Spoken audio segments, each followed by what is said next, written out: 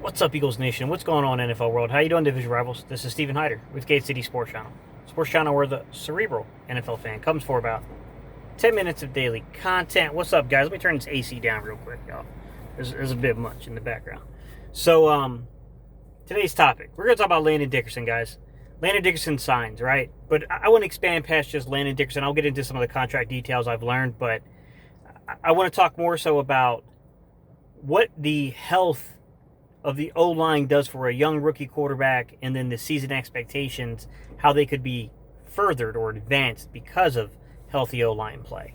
So, to begin with, Landon Dickerson signs a 4-year contract, guys. Anytime you're not a first-round pick, you don't get that 5th-year option. So second-round picks going all the way back, they only get basically a 4-year contract. So he's 4 years.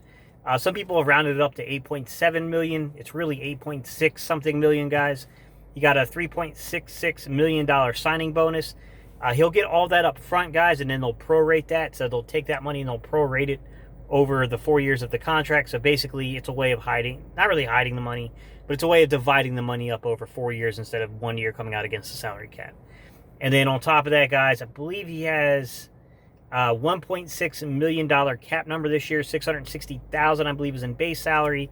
The rest of that pretty much coming from that prorated bonus money. So he's 1.6 against the salary cap for 2021, 8.6 some million or so in total for the contract. Look, Landon Dickerson, I don't really know what to say here about this young man, guys. I mean, on the field, incredibly talented. I won't lie to you guys. I'm not going to front. When the second round was coming around, and we had still pass rushers on the board, we had corners on the board, we had safeties on the board, I wanted to go defense. Personally, I wanted to go defense.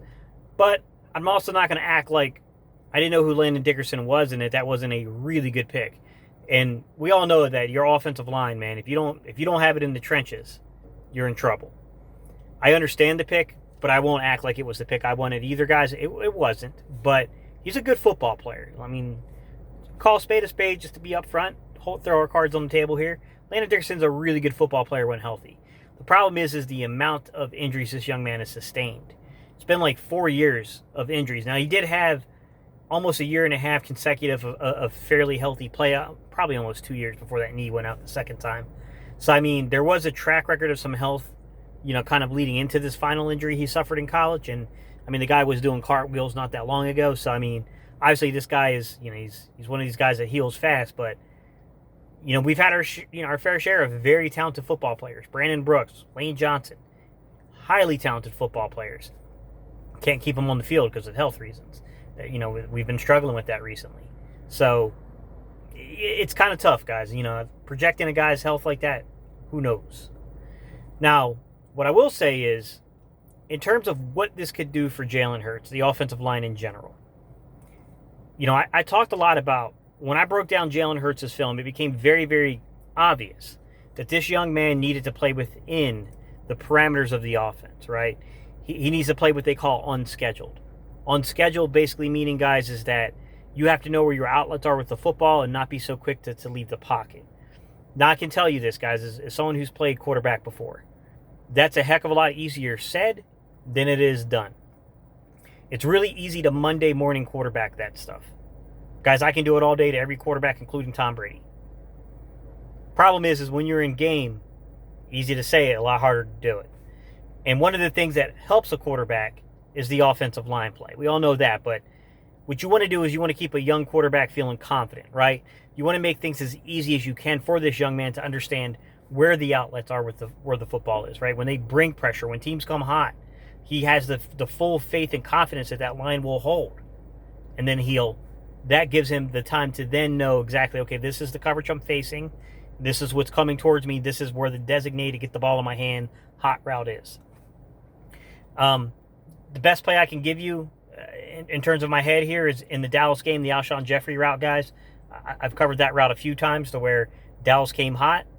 The right call was that inside slant route to Alshon Jeffrey. That's where the hot route was supposed to be. You throw the ball to the vacated zone, right? You throw the ball to the vacated zone to where those linebackers are blitzing. You go right over top of them with it.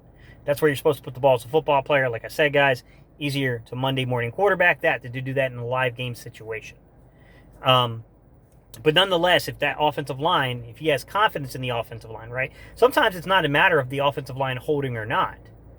It's a matter if the quarterback has confidence in the line holding or not.